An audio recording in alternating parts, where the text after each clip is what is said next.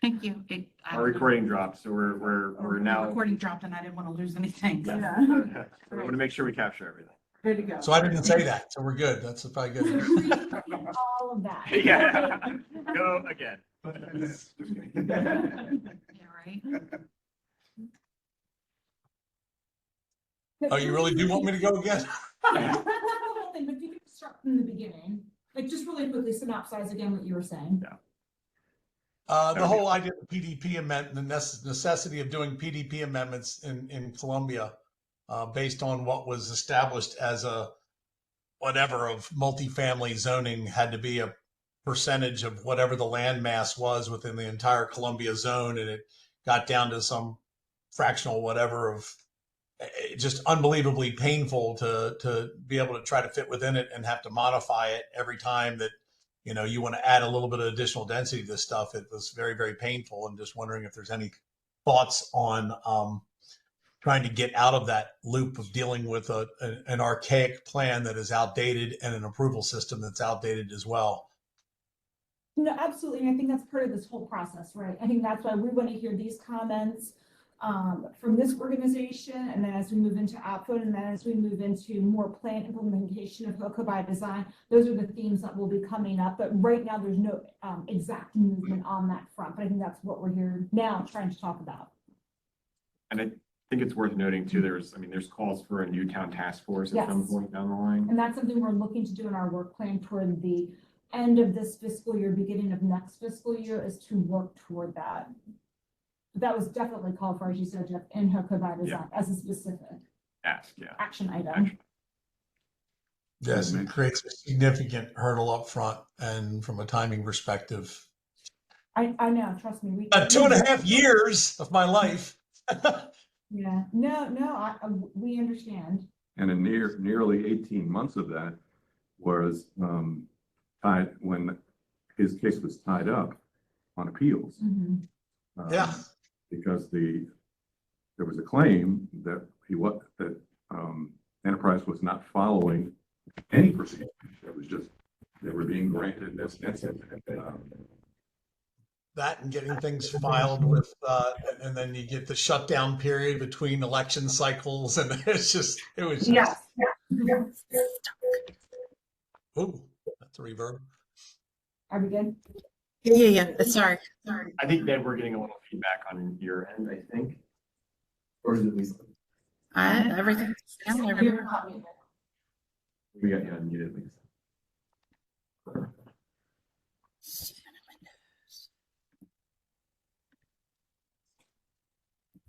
Give us one.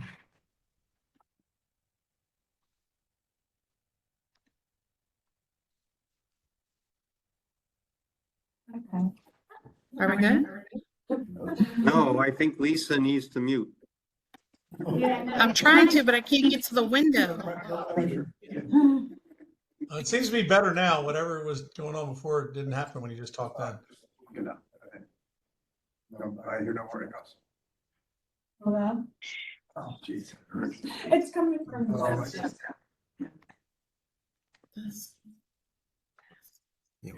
is this thing? I've never seen the screen before. Is your other one? Maybe in here. Oh, here. Oh, here. It's back. Yes.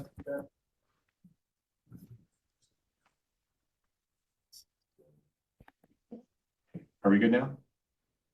I think we're good. I think we got it. I've never seen these screens before in my life. Yeah.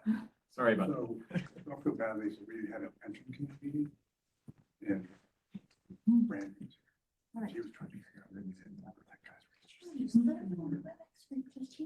Right. I know we were touching a little bit on the Newtown process and looking at simplifying some of those. Can anyone think of any other specific processes or examples where we might expedite reviews or simplify the approvals that would assist with the development cost associated with that?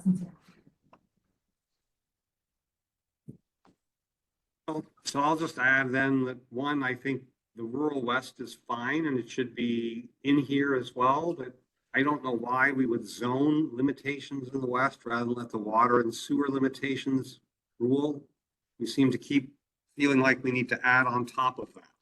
But if there's no water and sewer, but people can make a septic system work on a 1 acre lot for 10 houses, why not do it?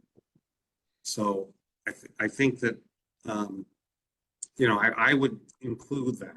You know, my view overall is that we don't have an affordability problem, we have a supply problem.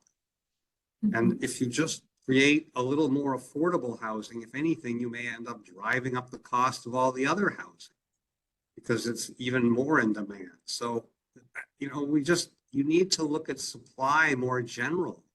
And I think not acknowledging that in here is doing a disservice. And if the answer is we acknowledge we have a supply problem, but we're not going to do anything about it, well, that's okay. I guess that's, you know, what we're going to do.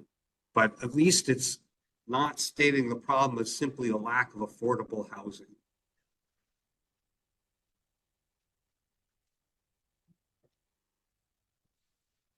Did anyone by any chance read the op-ed, whatever the policy recommendations that were put out by Celine Firth and Tom Cole?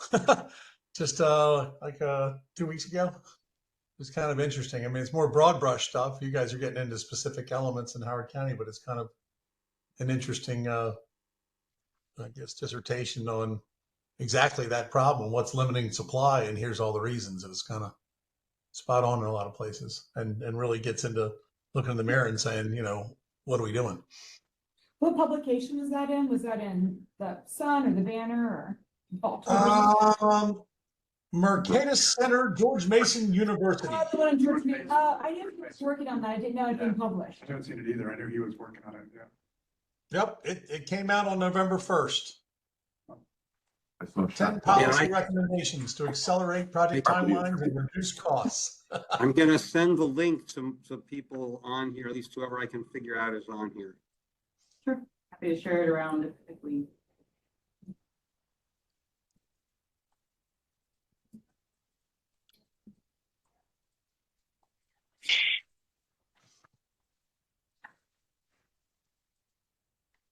Certainly more general than some of the specific elements you're looking at, but still pretty relevant as to why we are where we are.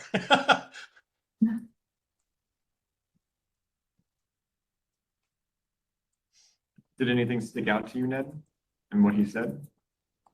Certainly the community input component of it.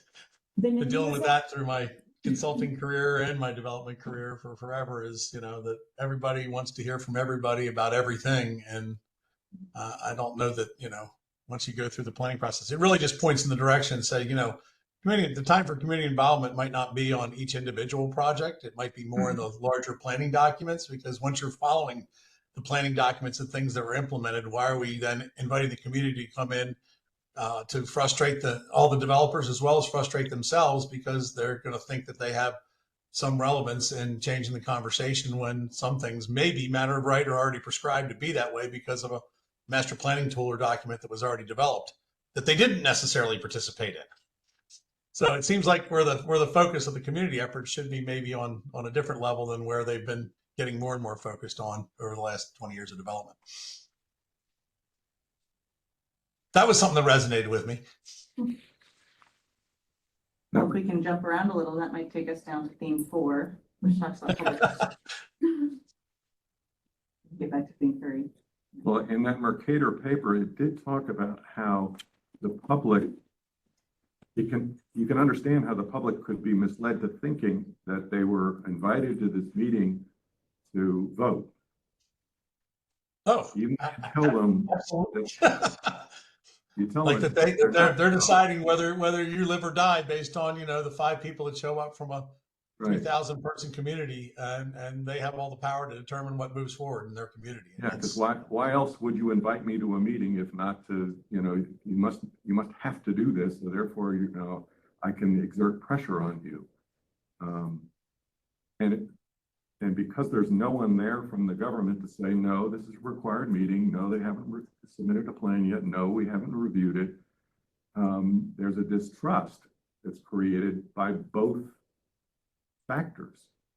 The Yep. expectation that they have a right to approve and the suspicion that you have already got this worked out with the government. It's already wired. Have there, this is pre-submission community meetings, this is what you're referring to? Yes.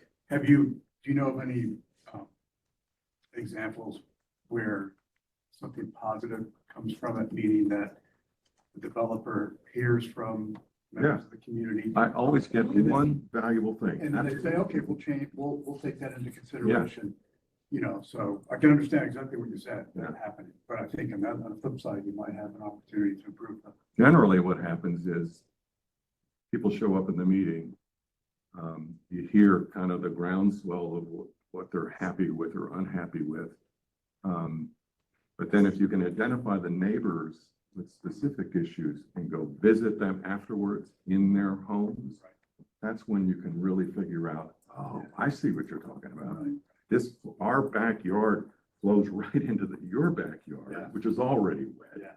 I can see why you're concerned about flooding. Here's what we're gonna do. Right. So yes, but it takes the next step. It is probably quite unusual for a developer to take that extra step, I think. I don't know. I don't know, because I don't go to other meetings, so Right. I only go to my own. But I would encourage people to take that approach because, you know, if there's someone there with a legitimate concern that you can do something about, you ought to. Yeah. But are the schools overcrowded? Look, that's out of my hands. Right. You know? You can't control that, right?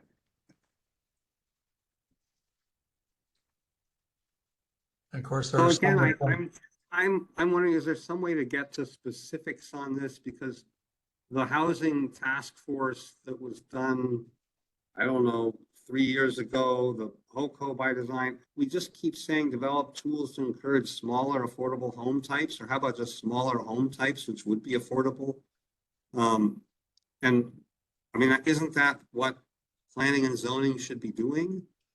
We can tell planning and zoning to do it as a group, but I mean, that's just zoning, right? Zone smaller lots for smaller buildings. Well, I mean, a lot of this will end up coming to planning and zoning. And a lot of it might have to be legislative, which means it'd have to be a council regulation amendment.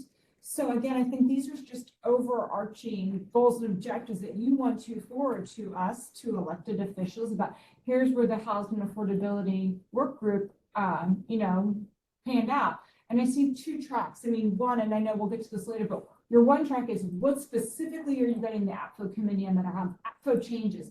And the other will be much broader. What are recommendations for housing, making housing more affordable in Howard County? So we know it's at face value, simply supply demand.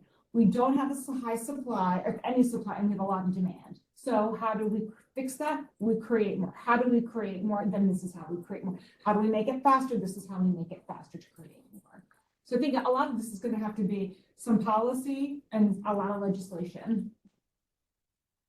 Yeah, I mean, these work groups are helpful, I think, in order for us to, as planners, make a case for a lot of these policies. If there's policies that are on here that come out of this work group that we then go and have to, you know, make the case for through council and other means, we can always point to the affordable housing work group, all the other initiatives and processes that have gone before it that really give credence to why we're doing or making changes to such what often is a contentious policy change. So there is an important relevancy to it, but I get your point, Peter. It is ultimately going to be a planning and zoning directive that it's going to come down. I would add, as planning and zoning takes some of this feedback, it's also really helpful to hear from you all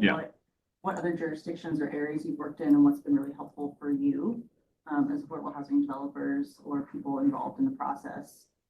What policies have you seen work really well so that when we take these recommendations and we can further study and implement possible best practices that we've seen elsewhere? Well, so in addition to small lot and and therefore small house. I think in the current environment, that won't be enough. I think that they'll be sold up and priced up faster than we can launch. So I think you'll have to couple it with a covenanted requirement for affordable housing at percentages of AMI. You can stagger them by bands or do anything imaginative you want to do there. But I think if we simply stop building 9,000 square foot lots and do 6,000 square foot lots, we're going to build big old houses on 6,000 square foot lots. And I don't think that's going to get to the problem. I think we're going to have to say, make it a 4,000 square foot lot and do more of them, but do some fraction of them for these affordable bands.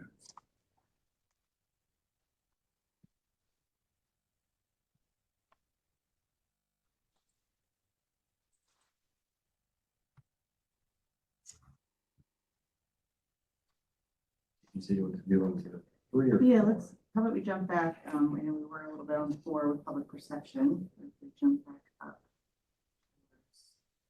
The unmet for low-income housing, so as we talk about AMI bans a little bit, this is an issue where we've, in previous discussions, identified that current affordable housing programs don't provide housing needed for low-income individuals, and inclusionary housing programs are the only working programs for moderate income due to Howard County's higher AMI. So these are some of the tools that we've discussed to address that. Looking at implementing density bonuses for a greater number of MIHU provisions than the required amount, so that if you have a larger amount of MIHUs overall, you might address a greater population, or ensuring income brackets used for sale housing consider the cost of home maintenance. So making sure we have a holistic view of the program, and again, allowing more density in certain areas to ensure we get a greater number of those moderate income housing units. I mean, we even have a specific mention of Newtown here as well, which is, Well, 2 things to Yeah. add to that. Yeah. One is that if you do 20% of affordable housing at 60% or 80%, we're still missing a bunch of folks. So I would say that you've got to come up with a better scale than we have today to try to incentivize a developer to get more toward 50%. You get below 50%, it gets way harder, but there's got to be a better than neutral scale, which is what we have right now. We have a neutral scale. So we need a scale that incentivizes. So instead of doing 20% at 60%, maybe just imaginary numbers, you do 15% at 50%. Maybe, or some combination, but provide an incentive. Otherwise, we're going to keep getting what we're getting, which is, and I think I said this earlier, maybe at the first meetings, that 50% of our workforce is not able to live, buy, or rent here. So that doesn't seem like we're doing our jobs right. I don't think we can cover the whole waterfront, but let's push the needle a little further to the left on the scale of percentage of AMI. It makes it harder to do. So maybe we need more density on top of that. Has anyone worked anywhere where they've seen a greater number of income brackets in income restricted units, or kind of seen sliding scales work in that way? I've seen other jurisdictions, I've not worked on other jurisdictions, but I've definitely seen other jurisdictions have that kind of a scale. And everybody is solving the same problem in a slightly different way. But that's percent of AMI is a constant. And then what goes into that AMI is a unique problem to us because ours is so high. Jeff, what is the difference of our AMI compared, what would you say the delta is between us and the state as a whole, and how the AMI is set? Well, the income in Howard County is higher than the average income, so it's higher. I don't know the Right. specific difference in terms of percentages or anything like that, but it's more challenging. But I believe some programs are based on the regional, BMC regional AMI. I don't know if Kelly's is based on that or not, I No. forget. It's based on Howard County. Right. Yeah. No, and so Paul, what you were saying reminds me, in a certain sense, downtown Columbia, they had the whole full spectrum Yes. coalition, which tried to address what you're saying, full spectrum, not Right. just, the moderate. And so what was attempted and what was actually adopted in the downtown plan is the middle income and then the moderate income, and the low income. So I think there's 3 different categories. There are. And 30, and so a certain percentage, so it's trying to do something trying. like that in downtown Columbia. Yeah. Yeah. You're right. So We so have, I maybe something like Gateway, when that gets adopted, the same kind of thing can happen. think that'd be a great place to do it. Yeah, Yeah. because that's where a lot of the housing Right. will likely be in the future. Yeah. And for the activity centers, I'd say that we ought to consider it there. Yeah. The math is tricky, I give you that. But I think it works best in multifamily. Right. It does, I don't think it works well in home purchase programs. I don't think it does. That's why there's a fee in lieu. If Kelly was here, she'd tell you it's not feasible to build. Right. Ownership home, yeah. Just FYI, Jeff, I am here. I just joined late. Oh, Sorry about that. That's the problem with these online things. No problem. I did join late. Sorry about that. Yeah, got it, yeah. So, Well, Are we and thinking- again, I think you can solve the fee and lieu problem if you add density. So, you're building on a 1 acre lot, don't make it, 15% of those 1 acre lots, make it 15% of 4 houses per 1 acre lot. And you suddenly have a very different land to lot calculation. And, you can have a different outcome, but you need to do something to make that happen. It's not going to happen on its own, and it doesn't happen by only mandating a set of numbers. So I think there's room here, but we have to be a little more bold in proposing solutions that would be opposed by a lot of people. If they're not proposed, they're certainly not going to happen. If they are proposed, they still may not happen. You got to get something on the table here that would do that, or, we're just at the status quo.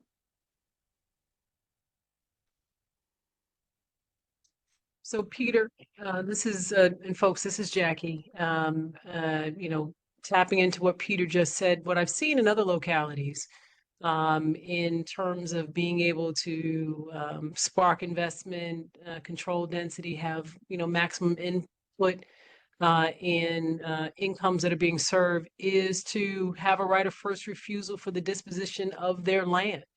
That is indeed subsidy where they can control and have more formulas related to income levels that can be served. And so, that is something that is, is difficult, but if there's land that is controlled by the county, to think that if it is in a viable community, that it should go for, have some level of affordable housing, and use that, the land value as subsidy. So whether it's, disposing it for, and it could be also used for home ownership, right? You can have various levels of affordable home ownership opportunities if the land and purchase price is reduced, right? So in addition to having subsidy to buy down the debt, or a down payment assistance, if the land is $1, you can create greater affordability. So that is something that I think we haven't talked about, but if there's land to be developed in Howard County that is feasible for housing and affordable housing, let's come up with the right of first refusal that should be for affordable housing as a disposition strategy. I love that, Jackie. Thank you. And again, in other places, the additional density for MIHU was a standard. In Howard County, we don't add density for that, but in many other places, the inclusionary zoning allows, specifically grants additional density in order to make those extra units affordable. So it's not an economic loss to the developer. I think maybe instead of requirement, they probably have a lot more base zoning that when we have here, so almost to get that more density, they give you a bonus. So I'd be curious to see how that compares, because Right. the zoning may be lower than Howard County zone. So it's kind of like a flip. We require 20%, but we actually allow more. So the net's the same regionally. Yeah, and the requirement is working in the sense that these TOD and CSC projects that are being built in POR, the developers are building the 10% or the 15% requirement. Oh, yeah. So, But maybe we can incentivize on yeah. top of that. And so that, exactly. right, so instead of So, yeah. doing, increasing the density, but saying, if you're 15 or 20, you go to 20%, we'll give automatic parking reductions Right. without having to do anything else. So show a parking study. Or you get greater density or something. Yep, or increase your density, or you can get, if you go up to 25%, we'll give you 3 more units or 5, whatever the number might be, to then offset the increase Right. of what the affordability is. Yeah. And it would be calculated on the base, not the new top end. Yeah. And that's a very. That's what I had in the proposal I sent in. It was, basically using overlay zones to add density, but require higher percentages of affordable Right. with that, a third of the extra density or a third of the, however you would want to do it, you could play with those numbers, but exactly that, by adding affordability as the density goes up. And then, so Peter, that gets to two things you mentioned. Not only does it get to more affordable housing, but it also increases the supply in general, right? Right. Because you're increasing more market More rate units units, as yeah. well. Yeah. Right. Yeah. But then it gets to all the areas, we could do that, but circling back to AFO Right. now, going back and Yeah. looking at that open closed map, then how would we get beyond this? It all sounds great, we've got all these things, but then the first measure, stop. You Right. can't pass go. Yeah. So you're just kind of parked there. So one thing just to offshoot from that the AFO committee was throwing around was, do you want to have a sliding scale then for AFO for those things? So in those areas, maybe allow, if they're going to do more affordable housing, allow the adequacies testing to be increased. Like, so instead of at, some are floating 100%, but 105, maybe it's the state rated capacity Right. for those Okay. types of projects. Yes. So that might open it up. So Mhm. you're not opening up the whole floodgates, Mhm. but for projects that are gonna have a bonus density and more affordable housing, now your adequacy is measured at state rated. Mhm. So that would be an APFO, comment that you Okay, can yeah. make a recommendation. Right. Or, Montgomery County is going to be presenting tomorrow night or Wednesday night. Was it? Yeah, Wednesday. Yeah. And they don't have a school capacity test anymore. They do, but it doesn't stop development. It basically determines what the school impact will be. And for projects that have a greater school impact, they pay a higher fee, excise tax, basically, to kind of mitigate that. Yeah, we'll be So there's talking that about that, yeah. concept as well, to be able to not stop, but be able to mitigate your fee, sort of like the roads test. You build Right. kind of out of it as a potential, Well, APFO's never supposed to stop development. It was never meant to stop. well, it's supposed to delay it. Delay, and I Right, think we right. always go, it's gonna stop, it's a Yeah, stop it's measure. not stop, It's it's- not a It's stop a measure. management tool. but- No, I know. But it has that effect, because if you look at the chart, I'm not gonna be able to go develop a property in that area for X number of years. Well, So and I that's don't- what we have the Yeah. 4 year. Some jurisdictions don't even have that. They just kind of, there's supposed to be always a relief valve because you can't stop the legal use of your land for what you have the rights to do. Right. Taking. But when I go to buy the Eisenberg property and I tell you I can't close with you for about another 7 years, would you be okay with that? No, right? No. Like, you just- So that's So that's why it's- financial. No, not disagree with you. I'm just, Right. kind of talking it through. But again, circling back to the APFO recommendations, that would be something that Like you all that one. could Yeah. recommend, would be really helpful. Because the committee's already thinking in those Right. terms. Yep. Yeah. So, take that and like, yeah, hey, that's actually not a bad That would idea. work. Yeah. I think that would work. And And- surcharge tiered thing, that would work. Surcharge tier thing, and we're showing that these multifamily units are generating as many school children as well. And so that's what Montgomery County did, and they realized the same thing was happening. So, and the Alpha Committee has suggested to maybe change the school test based on bedrooms. If there's a one bedroom or studio apartments that aren't gonna have any children, then they would not be subject to the school's test, things of that nature. But maybe they pay that into schools. Or may they pay, exactly. So maybe it could be a hybrid approach of a Right. pay and an adequacy test. So, Mhm. you know, traditional single family or garden style that tends to attract more families, Yeah, maybe they're still under old school, right. right? But then these other ones that are, you know, studio 1 and 2 bedroom that are geared to young professionals, let's just say they're targeted, young professional targeted or age targeted even, Mhm. like the opposite, not age qualified, not ARAH, Mhm. but the age targeted for 4 master bedrooms and such like that. Yeah. Maybe they pay instead Mhm. of being held to the percentages at all. Right. Then you come up with a fee that they can move forward with. And those are all things, again, within APFO purview. Mhm. Yeah, there's different combinations. you Yeah. can do. So I think these are all things that would be great recommendations. And that's consistent with your Mhm. work. The school, right. So I think I haven't looked, but we asked this question at a meeting recently. So basically, the September 30th counts are coming out, the official September 30th enrollments, I think, November 20th, something like that. So, but talking to school system preliminarily, it looks like the total school-wide population is going to drop a little bit again. Yeah. So we keep thinking, is it a COVID thing and when's it going to start going up? But they're projecting for the next 10 years, it's going to be flat. Because we have another empirical result, Right. September 30th this year, that, and we're still building housing. We still built 800 houses last year, but the school level is still going down a little bit. Joe, would you be able to present that to APFO? I'm sorry, I didn't mean to change the subject. That'd be great to come back in our December. Yeah, once we meeting. have that, for sure. Yeah, definitely. Yeah, right. Is that Kristen? Oh. So one note on APFO and affordable housing and how this would work in practice, whether it's a fee or a delay, both of those really make affordable housing pretty much a non-starter. You can't do a housing project and hang on to the land for years and years unless the county or somebody else owns it and plans to put it in. And if you add substantial fees, you're going to make it financially extremely difficult. It's already difficult, but really hard to get anything done.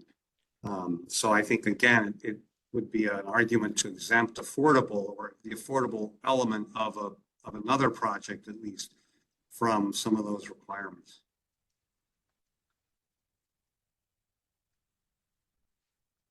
And also just bear in mind that the financing tools that we use for affordable housing have their own set of constraints and such that are attached to them that, and then you talk about AMIs and things like we do different AMIs, we do different things that go on, and the financing that's attached to those has timeframes on it. And especially if you have competitive tax credits, you've got a place in service date that goes along with those things that, you wouldn't even take some of these things on knowing that if you had any of those issues in place. So timing is huge.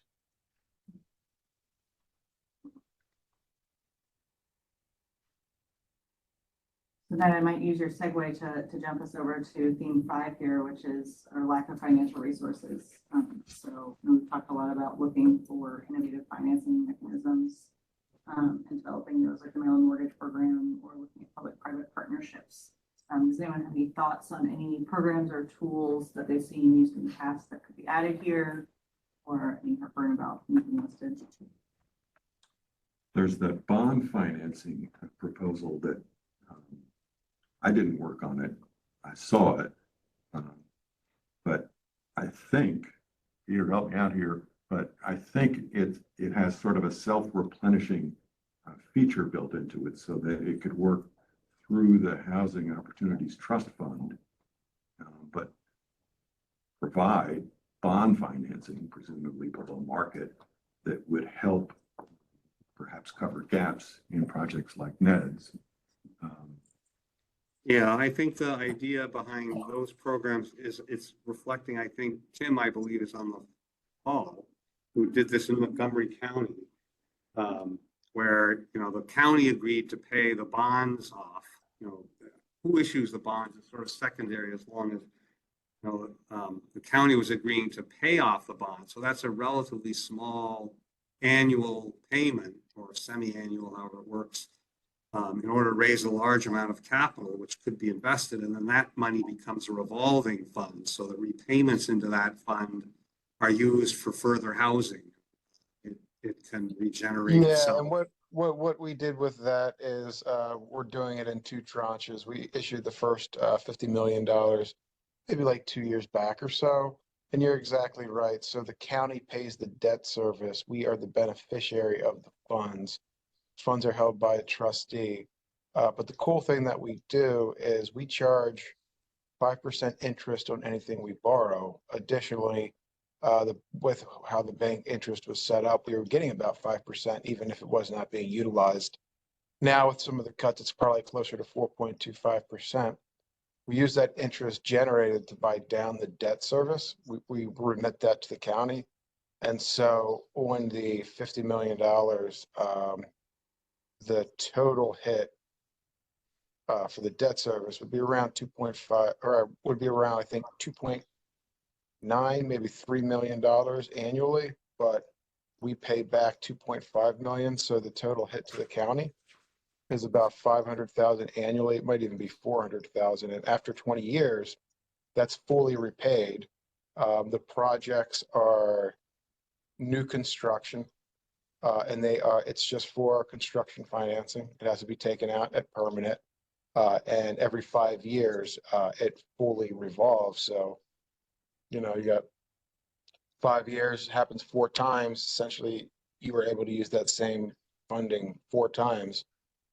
$200 million essentially worth of projects that were able to be underwritten at a very minimal annual cost. And so we're doing the second issuance in December. I think we're closing in January. The way that the bond markets are right now, it's going to be a little bit more expensive on the debt service side, but it's going to work the same way. So it'll be a $100 million fund, two $50 million tranches. And the county liked it so much that we did a third one. It's more controlled by the county, okay?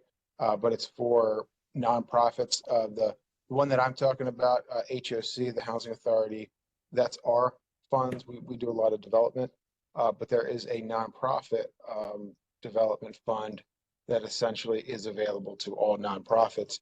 The revolving period is a little bit longer. I think it's 7 years. It might even be 10. And I think the uses might be a little bit easier, like with maybe some acquisition and rehab, which is part of the reason why it's a little bit longer to be repaid, because there's going to be some stabilization. But yeah, we've seen this. And as long as you underwrite projects that will be repaid, you're fine. But that's the issue right there, because you really do need them to be repaid. Otherwise, you're just substituting, bond for cash, and it doesn't have that long-term recycling feel. But I think there are lots of different ways you could structure such a fund. And it could be that it recycles that quickly, or it could be you plan to recycle it more slowly using different financing, really depending on what's needed. I put out, I think one of the things I sent in had to do with this, with a home ownership proposal, where you're basically using those funds to either make loans directly to borrowers, to buyers, or buying down a market rate interest. There are different ways that you could deploy this sort of thing if the county has an appetite to take on some additional debt. So that, I think there are a lot of different ways to structure.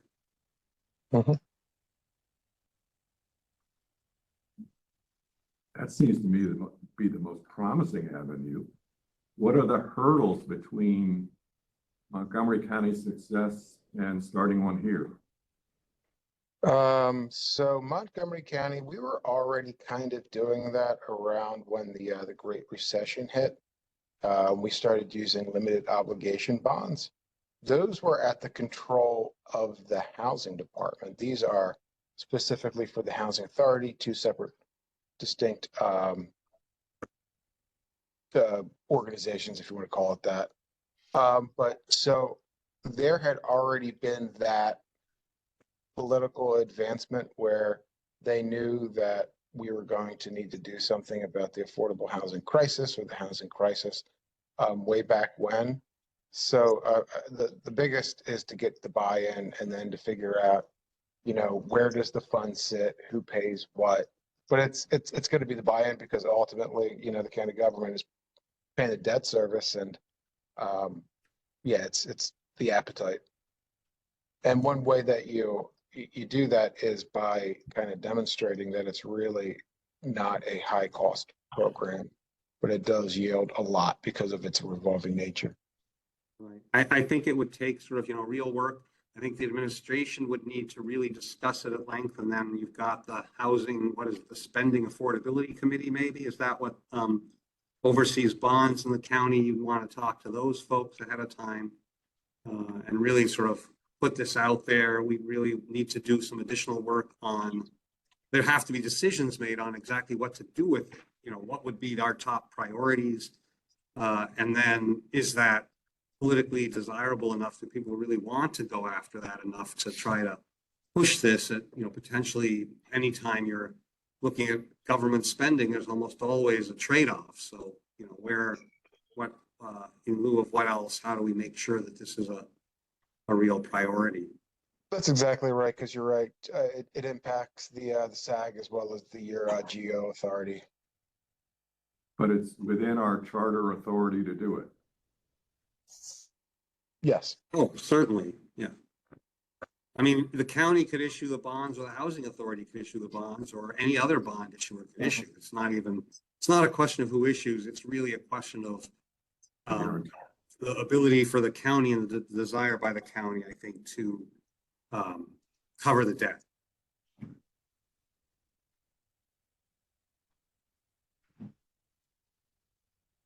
I think the other thing that's been out there, but it has been put out by various parties, I know the Housing Affordability Coalition has talked about this, is on the revenue side, which would be, you know, additional transfer taxes on high income or high value transfers, with money split between schools and housing, things like that. So, you know, anytime we're talking raising revenues, you know, that's a politically difficult issue, but, you know, I think it's something that needs to be on the table again. If we're serious about finding new funds to make something happen. And that is a good point. They do the same thing in Montgomery County. They tack a certain premium on recordation taxes, just like you said, over or above 500,000, and they've tweaked the percent that they do it. And I think you're right. In order to kind of like satiate the political appetite, they tacked it on to some general projects, education, and housing. Because, you know, anytime that you're adding something that's going to make the cost a little bit higher, you're going to find a group that doesn't like it. In this case, it was realtors came out very strongly against it.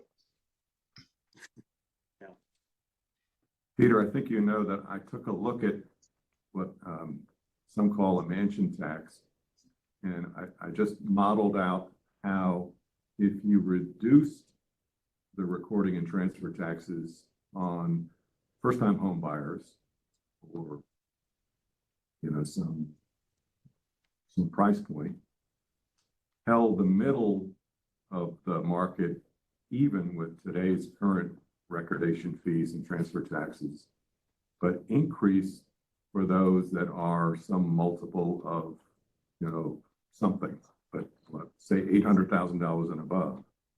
You could generate and this was a bad year, but in 2023, you would have generated another $12 million. And again, and that's a lot. And that was a terrible year, 2023.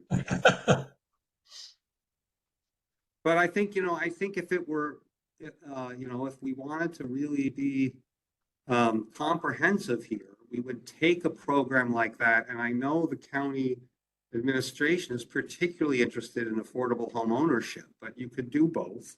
But if you looked at the home ownership side, what we would only, let's just say, you know, you maybe want to do both ownership and rental. The home ownership one, we would go to the state. We would look to work with their first-time home buyer program, which has a low interest debt. We would look at a bond program that could fund a subsidy on that debt, perhaps, or work within it, or maybe even our own.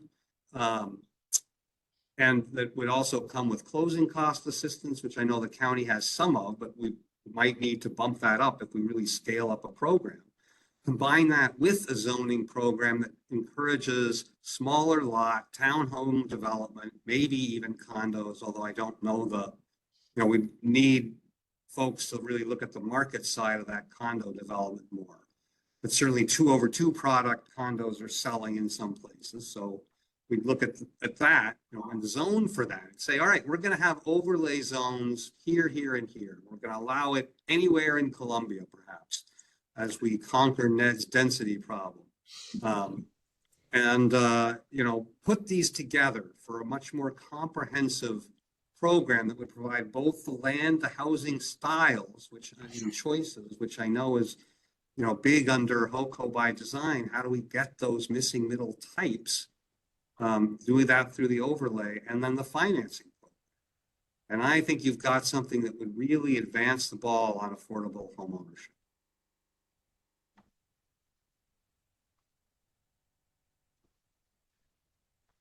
Maybe that takes us a little bit to the zoning overlay, and I don't know if we have a specific section to point to in the matrix of this, but we talked a little bit in our last meeting about whether to geographically focus the zoning overlay.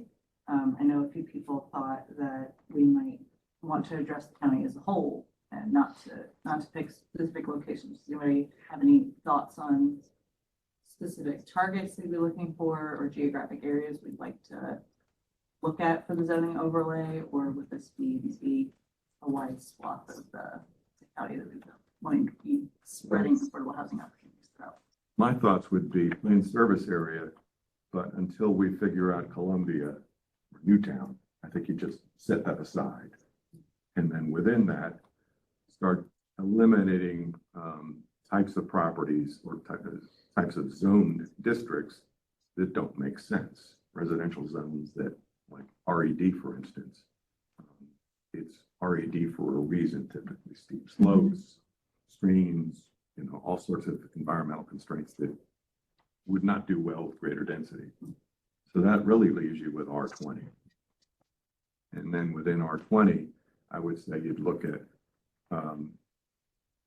older communities that still have large lots so that you could acquire them at a reasonable price, assemble a small group of them together, and then even after paying for the cost of land, which includes now the house, redevelop it into some multiple of density for that property, but on a scale. I'm not talking about 50 units on a 2-acre piece of ground.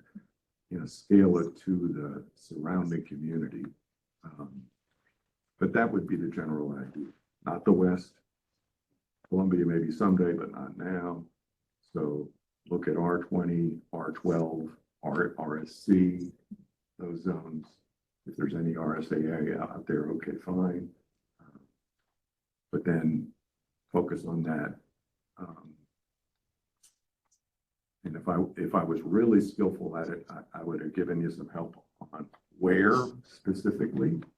But Jeff's work on assessment base and available land is a really good guide and a good place to start. And I think if you start applying that R20 zone on top of that, or R20 and all the other zones, it'll start to become apparent where we ought to be. Well, I think that actually gets to the missing middle, right? We're Right. kind of talking about in some Exactly right. respect, so those tri and quads that are within an already existing single family community where you're just basically building them. It's like a similar square footage to some of the homes that are in that single family, but they're really in 3 or 4 distinct units. You get a lot more density and without changing the overall character of that neighborhood. It could even be work on RA15, some of the old RA15s. Yes. That have lower density apartments, 2-story or 3-story Yeah. garden apartments with lots of open space. Yes. For nice places, but I if agree. they're older, if they're, 30, 40, 50, 60 years old, Mhm. then maybe once they want to become redeveloped, then you have the zoning overlay to Yeah. create that. Just for reference, pull up the map we looked at in our last meeting, so this is Oh, okay. That we was created. Yeah. Get the value, so the State Department Assistance and Taxation assessed value total per acre of land in the county. So you can see certainly there's some R12 areas in the higher value per acre and towards the red. But I'd be looking yellow.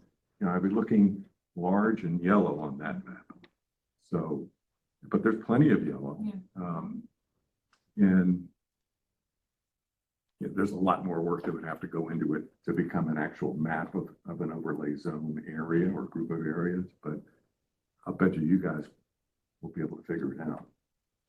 So in the essence of time, it's 4:22. We go till 5 o'clock. I think there's a couple other items to get through on this agenda. Definitely want to talk about the letter from the Housing Affordability Coalitions.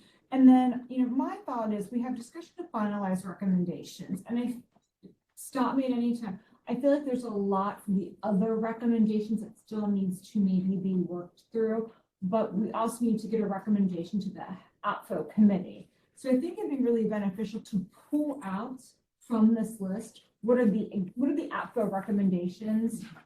I think there's other items on here that what my thoughts were of perhaps pulling all of this together and then having a memo or having a memo going attached with this matrix and then presenting that in general to DPZ and the council and the county executive, let's just say then for them to have as their tool, a tool in the toolbox for the other housing affordable issues as we move forward.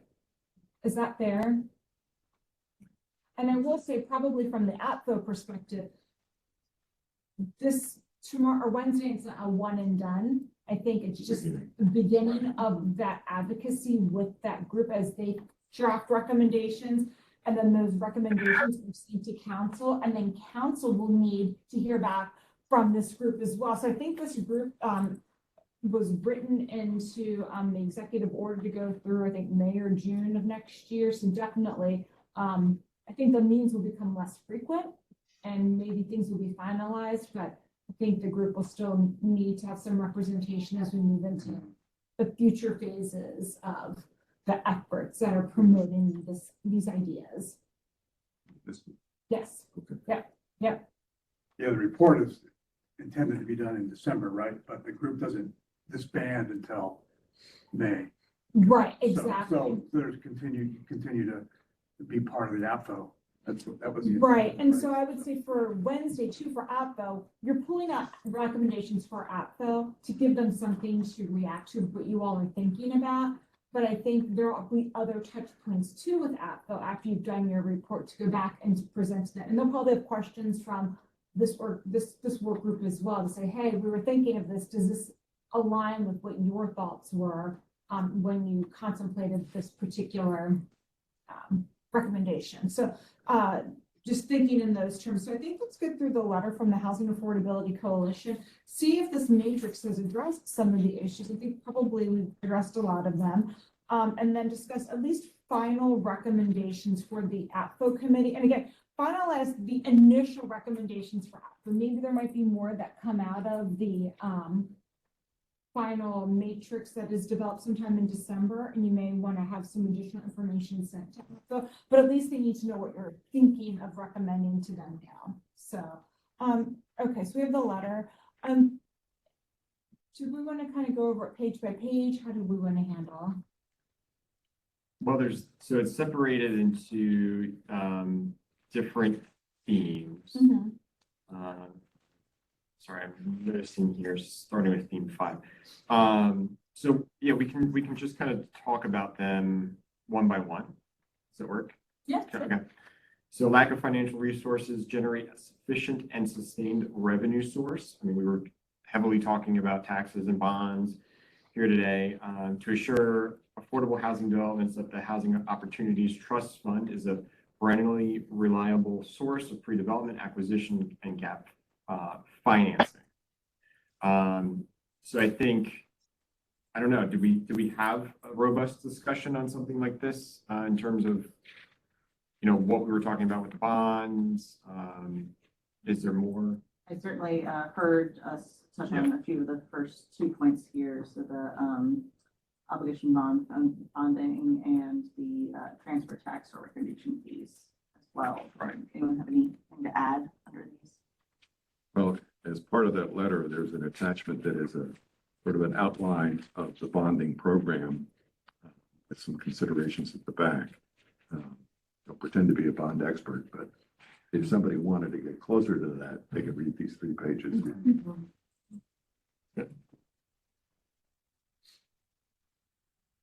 All right, well, since I think we've kind of spoken to that one, we also did bring up facilitate faith-based housing development for unmet housing needs for low income.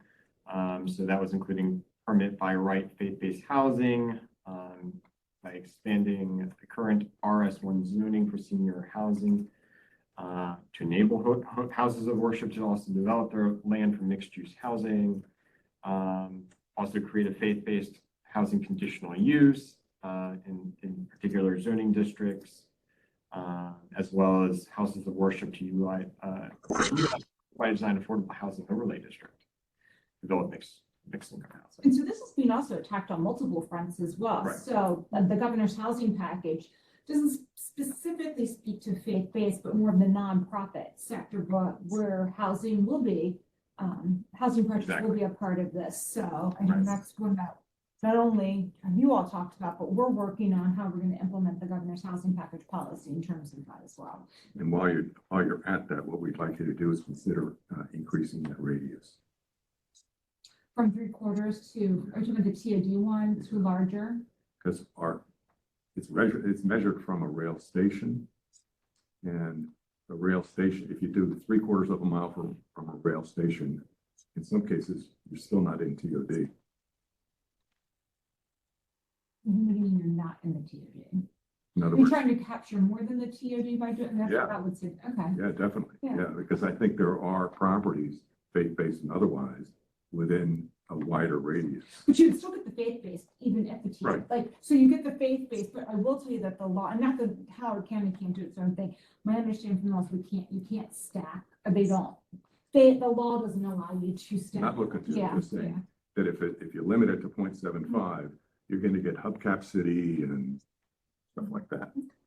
So you're not going to really hit any kind of real development opportunities. Mhm, Move it out. Heck, if you just moved it out a mile. mhm. it would help. Gotcha.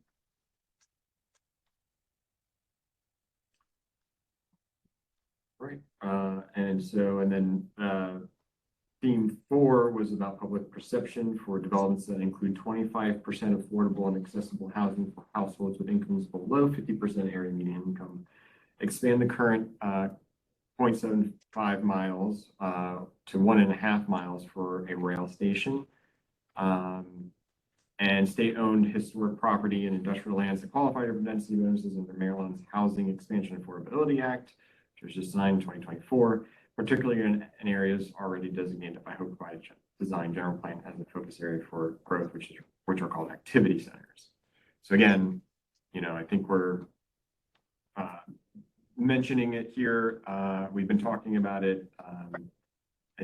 Is there any other elements that should be considered?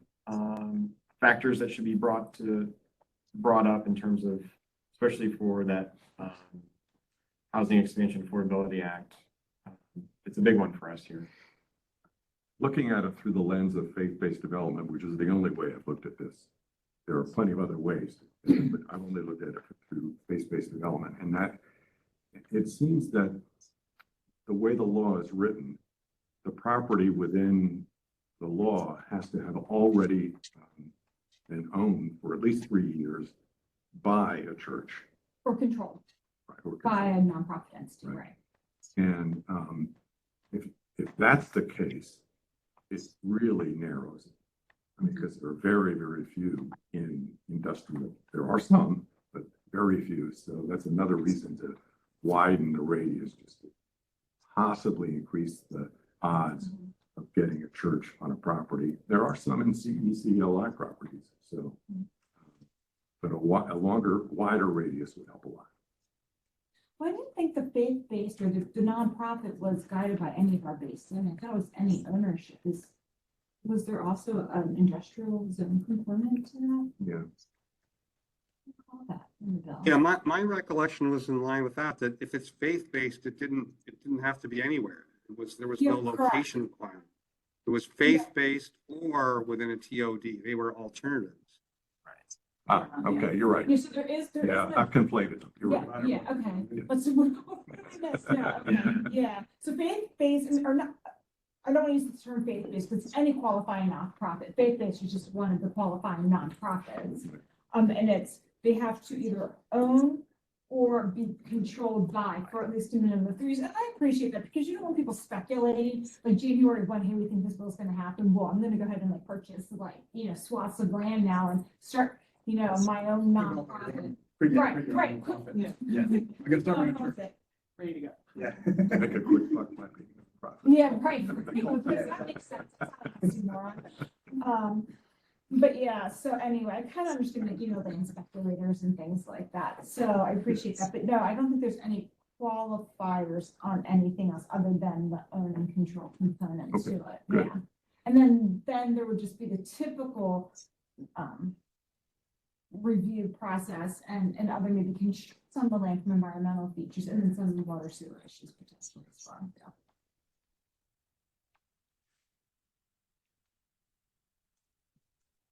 Does that kind of hit the high points of the letter? I Did think you we've go got over one other theme we haven't talked senior? about. Yeah, so. Yeah. Yeah. Theme 6, accessibility inclusion for elderly and disabled, facilitate affordable senior housing and housing for people with disabilities. So I think it's our last theme that we haven't quite touched on yet.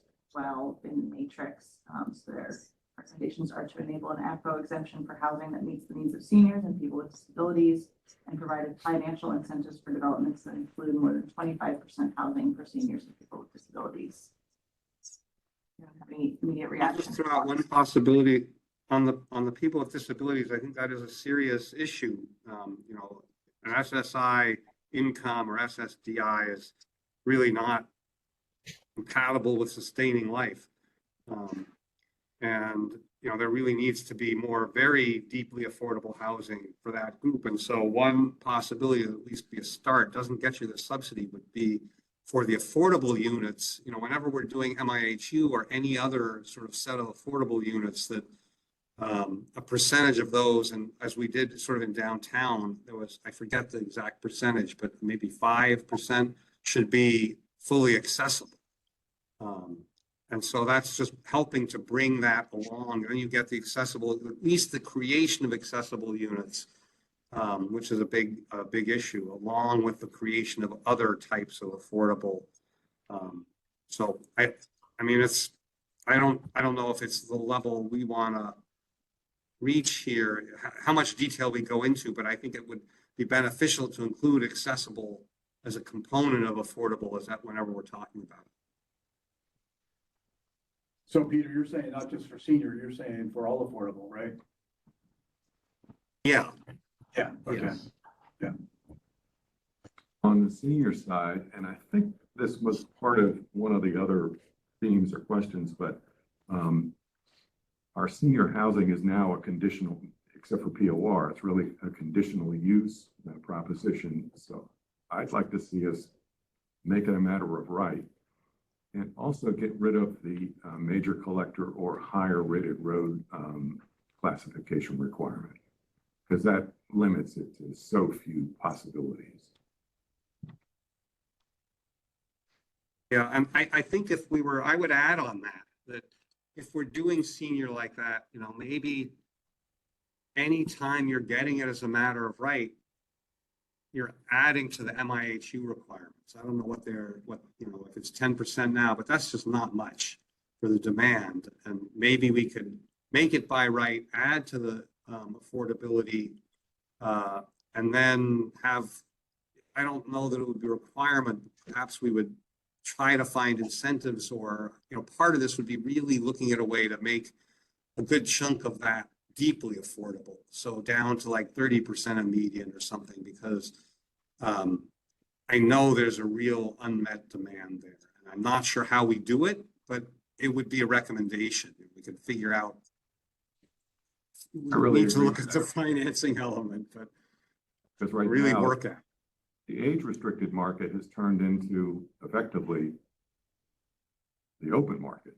I mean, people are buying $800,000 and $900,000 age-restricted villas, which is pretty close to the non-age restricted market. And so having, 10% of those units be MIHUs is not going to get the job done. So I agree with increasing the percentage and dealing with the real world. Matt, I noticed you got your hands up. Yeah. I put it up I about agree. 35 minutes ago, so. Sorry about that. Maybe just took two survey. Oh, no, it's been waiting.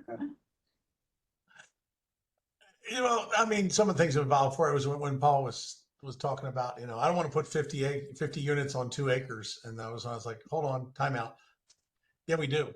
Because that's, and that should be, and that's a theme that we should put in a lot of these things, because the density for the type of product, again, and I think there needs to be also a differentiation between when you have affordable as a component, whether it be an MIHU or whatever you're talking about, 20% or 25%. That's a different deal than affordable when we're doing LIHTC 100% or 80% affordable with maybe the 20% tag in for market component. That's very, very, very different. And the products that we're creating in those rental markets are very different. And the densities, to tell you the truth, are always going to be at least 25 units per acre, if not higher, for the type of products that we're talking about. And I was going to say also where Paul was going about trying to isolate. I wouldn't isolate. I would let the property dictate what it is that you're doing rather than the zoning or what you feel may or may not be compatible. Because I can tell you, doing this for many, many years, and these things are snowflakes. They're all different. You could be in areas where you're in a single family, but you're a transitional use between a commercial something and something else that, you're in this low density area, but it's an ideal site from a transitional use between other things you could use. So I'd really let the sites dictate more so than the surrounding community, and the density for what we're trying to use has to be at those levels for products that we're using, because if we're not getting there, then we're not building the stuff that can actually be paid for with the programs that we use. So how that's relevant now versus when I thought of it 35 minutes ago, I'm not sure. Then again. It's valid. Well, as I constantly am doing, I would second it, and I would include the West again. I don't know of any reason why you wouldn't want to add density in the West, other than it's politically unpopular. Why we insist on saying we're going to augment the water and sewer requirements, I don't understand. No one has been able to tell me why, other than politics. So that's a state law. Like What's the state law? The state prohibits Howard County and every county in the state of Maryland for building major subdivisions on areas without water and sewer. What's a major subdivision? In Howard County, anything more than 4 lots. Oh, allow 4 lots. And tier Tier 4, tier 3, that gets so nuanced. We can talk about tier 3, but still. Right. And we can do There is things a like that. plan there, so. Yeah. Well, and Peter, what you said was a serious, Mhm. we looked into that as part of the HOCO by design, because that was a policy that many thought should happen, expanding the PSA Yes. further, West. further west to allow more. That's not what I'm saying. Oh, you're I'm not saying expand the PSA. I'm saying we have no need. The only reason to have 1 acre, 4 acre, 5 acre, 3 acre lots is because people like it. But, the people who live there like it. But there's no water and sewer reason to do it. There's no other reason to do it. So why are we doing it?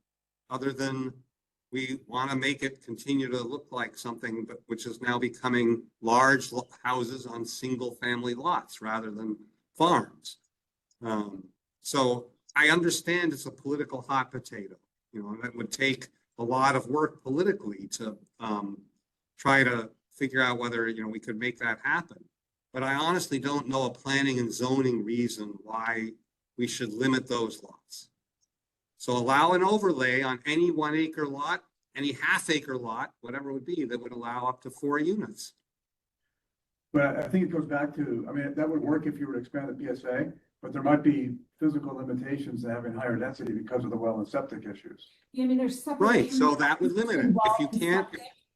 And then there's If you. reserve area. Yeah. There's a lot of state components, and then there's the septic reserve area for your dry, your dry fields, green fields. And Peter had mentioned earlier shared septic. Is that kind of what you're thinking? Shared septic, like have a higher density with shared septic?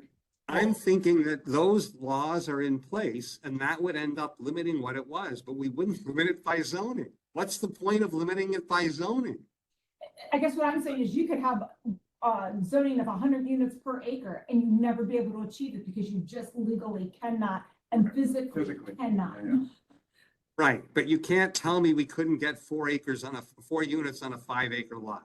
So if there's limits through water and sewer and septic, why not just let those be the limits? Why do you need to impose additional limits?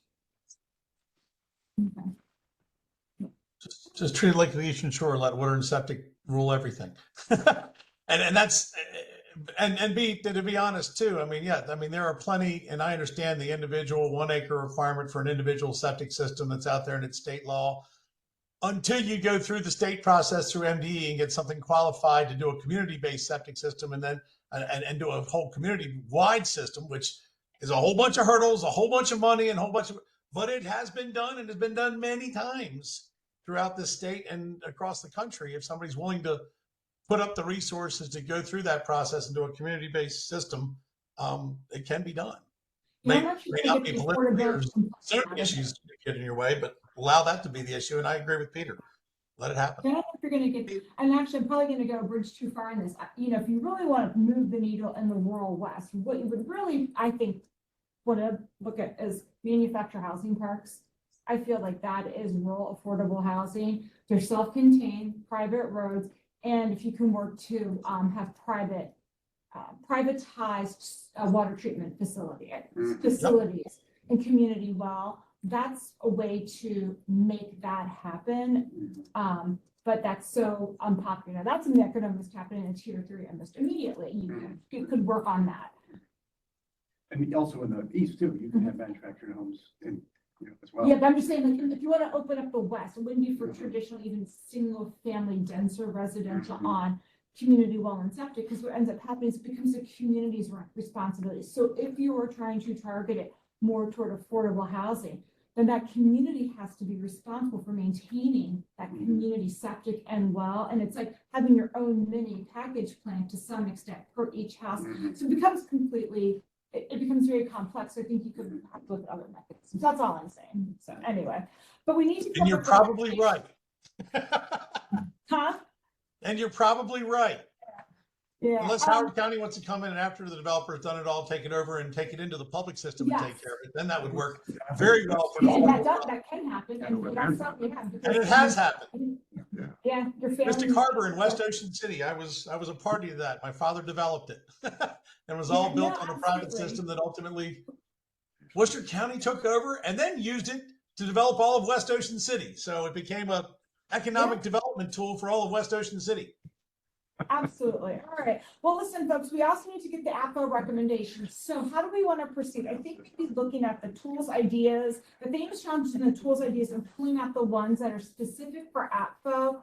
I think would be a path forward. What are everyone's thoughts about that? And is there anything else that we have talked about that were not there that address APO itself?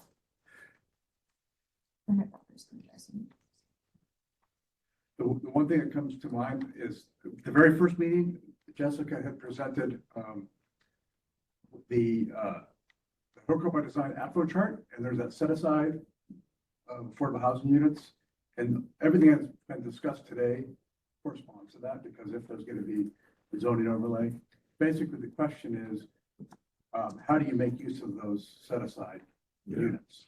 So that might be something that comes up in the presentation of the APO committee, because it is a particular APO concept. If the question is though, is that the other question that the APO committee is thinking about is, are allocations even necessary? Given we haven't reached the cap for 10 years. So it might not be, it might be a moot point, but they've lost their currency, but it still serves as a nice goal for a community. Right. Well, that's what it kind of does, right? It doesn't pace development, but spreads the development. Yeah. So we have two tools, spreading out tool, so to speak, a geography tool and then a pacing tool, which is the percentages of adequacies in the Right. rate. Yeah. So just maybe tying some of these additional units that could be built through these policies to that chart is something that may want to be said, only because it's something that this group. I don't have a better idea, so Yeah. I would say yes. Yeah, right. That, you know, if Yeah. you're doing an MIHU or better, Mhm. those units at least would draw from the 340. Right. That might be Yeah, important for doing work in what care. might help? Right. Sorry. I was gonna say what might help, and I hadn't thought of this before. I'm sorry to bring this up now late, but I mean, do we know where, would it be possible to map closed schools against multifamily zones? Or something like that, because I suspect there's gonna, there might be a real overlap there. And if that is, then there's a real case to be made about getting more density elsewhere. And doing the overlay zones elsewhere and some combination that might allow I think for. we saw that map, Peter. Oh, that's right. We did have a map in one of the presentations. Yeah. Where we had those, the school zones, the closed schools versus Activity multifamily centers. zones, activity centers, yeah. And Yeah. the closed schools Okay. overlap with all but something like 3 of the activity centers. I mean, it might, yeah, so maybe there's a way to think about that and use that with the APFO group to talk about how we work together on how we get density in other areas. That might be your coalition to get the rural west in for some of this or other places.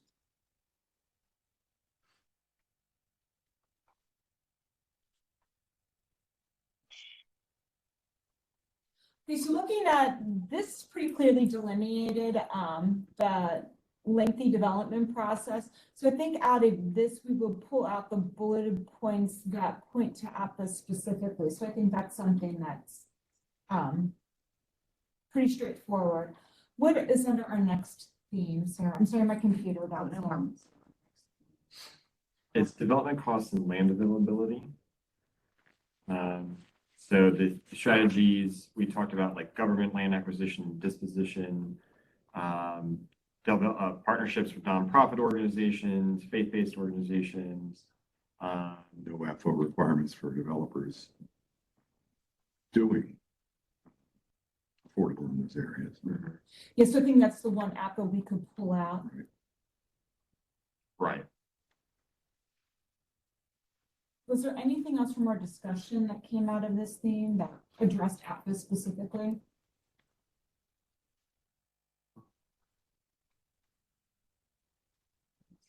Relative to land availability and app. Yeah, I don't know if Speak that a would- little bit about the closed school districts, so Right. limiting those requirements would certainly be helpful to open up land availability. Okay. Did we want to offer more than one option? So one thing we said was totally not a part of app though, right? Like, so maybe the qualifiers, and I'm just throwing this out that we kind of talked about. So if it's age restricted or people with disabilities based, then maybe they don't need to meet the school's bin adequacy requirement, right? And Which they then, don't now, age restricted. right, but adding Adding the the disability. disabled communities as well. Right. Yeah. Then we had talked a little bit about kind of the incentivization of if you're building multifamily that's like high rise, like one studio, one and two bedrooms, and you're giving a bonus density, would you want to consider then having a adequate, move the needle on, so not get rid of it, but then instead of being at the county capacity, you'd be at the state rated capacity. Or, Jesus Christ. or, I mean, the problem with the state rate, the argument between the county and the state rated capacity is the state rated capacity isn't better in all cases. Sometimes it goes the opposite direction. And then you get into the whole concept of, the Howard County Public School System does these particular studies Sure. focused anyways. So all I'm saying is it won't, just because you go with state rated capacity doesn't mean you're I was gonna. just thinking of a standard that's already out there. So what would be an alternative? Well, maybe it could be instead of 105% closed, it could be. Go back to the 2018 numbers? Yeah, like 115%, because if you're gonna have 1 and 2 bedrooms, That'd make a difference. you're not gonna have many kids. There's a logical thing. You have smaller, better units so that you can go be tested at 115% instead of 105%. Okay, so then would it be fair to say recommendations for those, then maybe you're tested at the 2018 levels for simplicity's sakes in the discussion. Yeah. And then that would be that 115 instead. Yeah. That would be a good solution. And that's a compromise. I'm not saying open it all up, but be, Well, that's a be tiny flexible. slice. Yeah. Disabled. Well, right, that is, but I'm saying even the flexibility of letting them come in, letting other communities come in that are not targeted toward that, to come in at opening those schools at the 115. Okay. So if you're the studio 1 and 2 bedroom apartment complex, let's great. just say, Yeah. then you fall under the 2018. I'm just saying that as Perfect. a point of reference. I think that'd be a big improvement. So again, you're not opening it up. You're still controlled, you're still directed, you're Correct, still but guided. you're moving the needle a little bit for those types of projects. Was there any discussion on, I know we're talking about housing affordability, but we've also talked about what's basic economic supply and demand. There was some discussion about also having minors subdivisions not have to meet the APFO test, because you're talking 4 units. Absolutely. Even at the high pupil yield factor of 0.54, I mean, 4 units, you're really only talking, 2 kids. So that's come up quite a few times in previous APFA committees. It's sort of like a fairness standard. Why is a 3-unit subdivision held up equal to a 100-unit subdivision? Exactly. So that's been raised before. I think that's a good. Would that be one this work group would support? Because I think even though we're not specifically targeting affordability, what you are, and it could be that missing middle component, but what you really are targeting is just supply. So a supply also makes things affordable. And then that would get to more of the rural West as well, where we have a couple of those schools. Not all are closed, but there's a few bigger areas that are closed. Well, I think where minor subdivisions are happening now is where I expect overlay to happen in the future. So yes, I think it'll have greater importance later than it even has today. So if you're thinking about exempting minors, it's not a big jump to exempt overlays. Okay.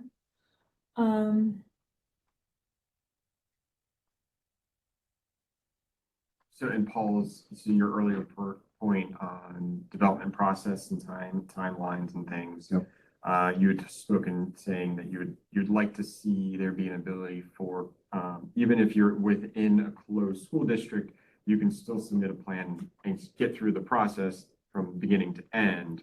With the proviso that, you're at risk because there could be state law changes that would affect. Yes, the outcome. caveated, yeah. Caveated, yeah. But I expect that you're going to come up with a pretty creative solution because We're pretty creative people. you're very creative. I think we can, I think that, but so that way you would shorten the wait.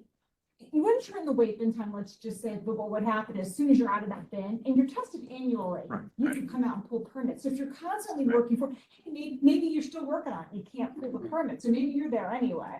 But at least it gives you that opportunity if you have. It's really a 4-year waiting. And you may Right. not do it in year 1 and 2 of your wait, but you may decide to move ahead with your F plan in year 3 of your wait, and in year 4 do your SDP, so that the beginning of year 5, I'm pulling permits. Yeah. Right, as opposed to now I've got 2 more years The end. at the end, right, Yeah. after I've already waited 4 years. I think that would go a long way, just with, just assurances for the development community, because pricing and securing materials, I mean, that is fluctuating so much right now, and that's also driving the high cost of housing. So we talk about supply, but it's also supply of materials as And well. not remember in just that the- chronology, I've got a pre-submission meeting Yep.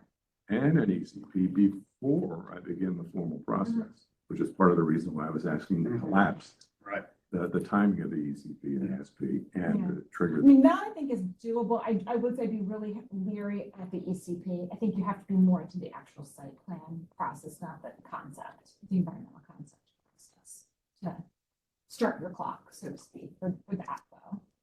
Or for being, for counting, because there might be still some other things that needs to be worked out. Well, if I'm submitting the ECP and the SP together, You'd have to do that, right? But maybe, and I think there's going to be some details. So I think we can talk about it and see what that policy would look like. Absolutely. And I think that's a great recommendation. Nonetheless, the details get real sticky, but I think we can. Yeah, so we can talk details are sticky, because this has come up before, and I'm not saying there's not a solution, Mhm. but one of the reasons why it was sort of not pushed forward further is because of the way APO is designed.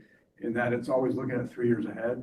So the chart adopted in 2024, the first year is 2027. And so the concept was, well, if you can process through that, then you're going to build sooner than what you were projected to be built at. So therefore, it doesn't quite fit the concept of. Because you've already been, you're promised something that's not until year 27 and you're pulling it in year Yeah. 26. Really, it's 5 years out. It could be, yeah, exactly. With ECPD and everything, yeah. You know, in the real world, it's 5 years. Well, I see what you're saying. So that was short of 3 anyways, because, yeah. Is there a comment on the WebEx? Is there somebody speak up? I think it's just someone. I think we can move on to Okay. 3. though. Really quickly, we've been talking a lot about schools. Just want to circle back. We also have tests for roads, which is more of a pay to play. Were there any, do we have anything for that? Any recommendations? We're just focusing on, okay. Just want to make sure. Don't want to skip those. Yeah. In previous discussions, we've talked about that roads haven't been as much of a barrier. Yeah. Yeah, because it's not so much causing growth, it's just mitigating it, but at least for. Right, and I know I've heard some people argue they want to widen that, talk about widen the radius of selecting roads. People are saying, oh, should we go out 2 miles for testing larger Well, of course, communities? PED, and then there's a whole movement also for the increased PED and bike, Correct. which would make it more difficult. Yeah. Yeah, okay. So, because the idea is we don't want to increase barriers to building housing, and some of that, unfortunately, as good as it sounds, Yeah.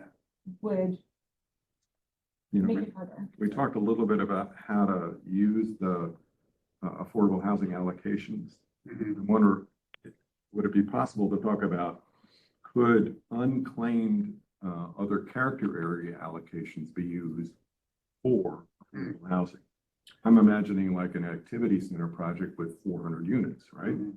Well, there are only 340 allocations in the affordable. Mhm. I don't know if they somehow drained all of those, Mhm. they'd have to wait the next year to get allocations to Right. proceed. I think, well, I don't think there's anything preventing, They would still be able to use the. they would still be able to use them anyways by default, I think. Okay, so Yeah, that, yeah, so the trade could go both ways. I think so. Okay. It's on top of. Yeah. Right, Good. and then, yeah, that would work that way. Was there anything in 3 regarding, 3 is largely about our MIHU Okay. programming, which are exempt. Yeah, that's the other thing to keep in mind is MIHUs under the zoning MIHU categories, the 10% required, 15% required, those are already exempt. And the last APFO committee created the exemption for MIHU, Okay. so that's hopeful. Would you do the same for ADUs? we have not talked anything about ADUs Yeah, being yeah. tested. I don't see it as a big growth area, but So then to that point, would you want to say ADUs should not be tested? not tested, no Okay. APSO, nothing. Okay, then I would put that in the recommendations. I think that could be a discussion point. There is some concern that they could double density, but that's not. Let's say, we already allow ADUs. Yeah. So, They're just attached. All we're talking, and if and when the time comes, we look at, is there any, Someday we're they talking about like, okay. okay, here they're attached, now they're detached. Like Right. literally, it's a physicality, not a change in the allowance of what's allowed on your property. That's what people are. I agree. So I would keep supporting, Yeah. the recommendation, would keep supporting accessory dwelling units not having to be tested by APFO. Agreed. Yeah. Generation, my neighborhood, Anything from 4, grandparents. Public perception, I don't know how Okay. much you can do with that. And then 5, because we're gonna, it's 5 o'clock. We're getting close. All right. So and we talked about bonds and financial resources on 5, and we also talked about making sure that, disabled accessible units are also exempt. Okay. So the only other I'll throw another thing out in 5 as well. Oh, go ahead, man. Just, infrastructure. I mean, there's a lot of things that are part of capital budgets and things like that. I mean, for years, infrastructure costs and improvements that are associated with developments have always been intended by most governments to have the developer pay for them. But obviously in an affordable development, anything we're doing is difficult. And so anything that the county could provide in infrastructure improvements or things that may be required to meet ATFO or meet whatever, somehow be, covered or have a component of the capital budget that's out there for being able to support infrastructure for affordable developments. Like maybe road frontage improvements? Something, whatever it may be. I mean, it's just, there are major capital infrastructure requirements of developments in general. And, affordable is no different. It's a development. But, we're a development with limited income on the other side. So we need all the help we can to keep it affordable. So if any of that can be borne by the county or be part of their capital budget or have a set aside the capital budget for making infrastructure improvements for affordable developments, that would be something that would be helpful. So now, one thing I have heard being discussed too is like, especially maybe for like that missing middle component specifically, when you have maybe, 2 or 3 lots that are divided into 3 duplexes, should you have to do all the road improvements and the whole sidewalk now to take it from point A to point B? 1,000 feet of sidewalk. So, right, so then that would really kill a project, right? So that wouldn't happen. So if the goal is exactly what you said, so maybe that goes back to what we were talking about, the financing piece and kind of that Montgomery County approach where you pay into a fund, and then that fund then is utilized to fill these projects in.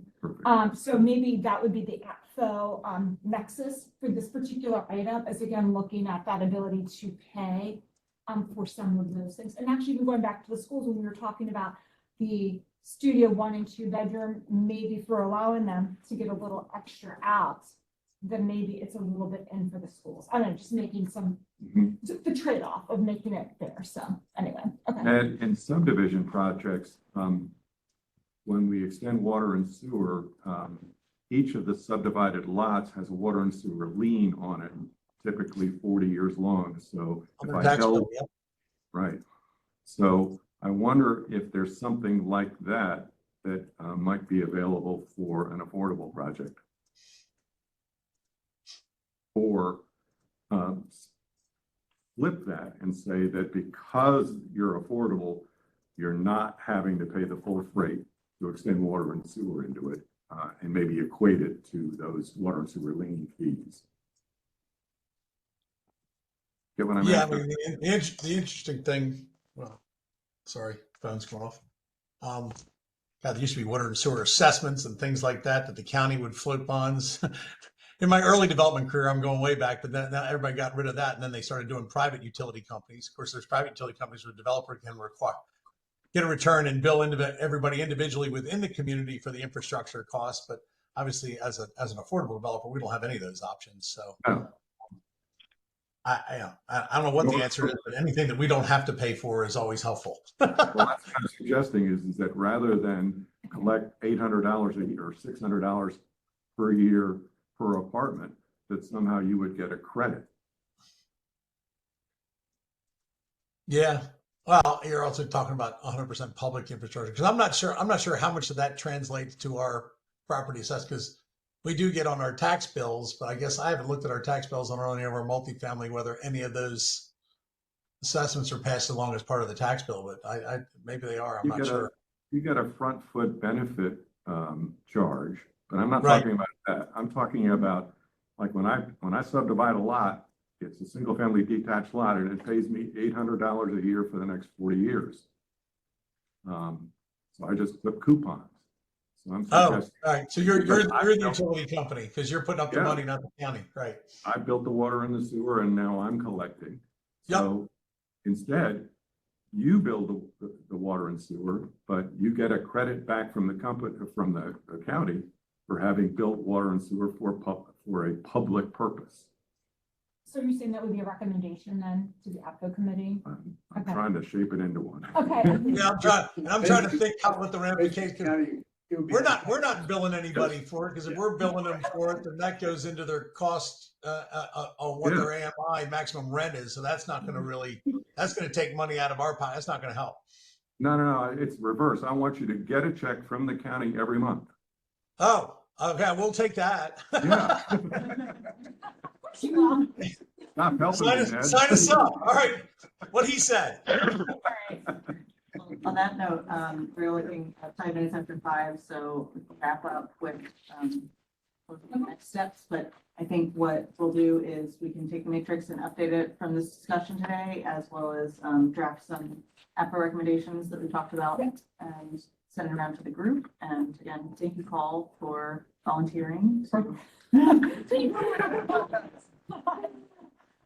That was me telling Russ so he did. It's not coming. else can join, even just for like moral support, that would be amazing. I think the more from this group that can support, you know, the recommendations and help Paul out, that would be helpful for our APCO committee to see that as well. So you just have to listen in, not a big deal, but I appreciate everyone. Anything else, Sarah? I forwarded the invite for the meeting Wednesday night with APFO to each of the Affordable Housing Committee members. Okay. Yes, so I can introduce you all at the beginning of the meeting too. It would be great. Whoever wants to attend, so. Yeah. Okay, thank you. With that- And that's virtual. Thank you all. We're gonna close out for the evening. Have a good one. Take care. Thanks, everybody. Thank you. Thanks. Bye.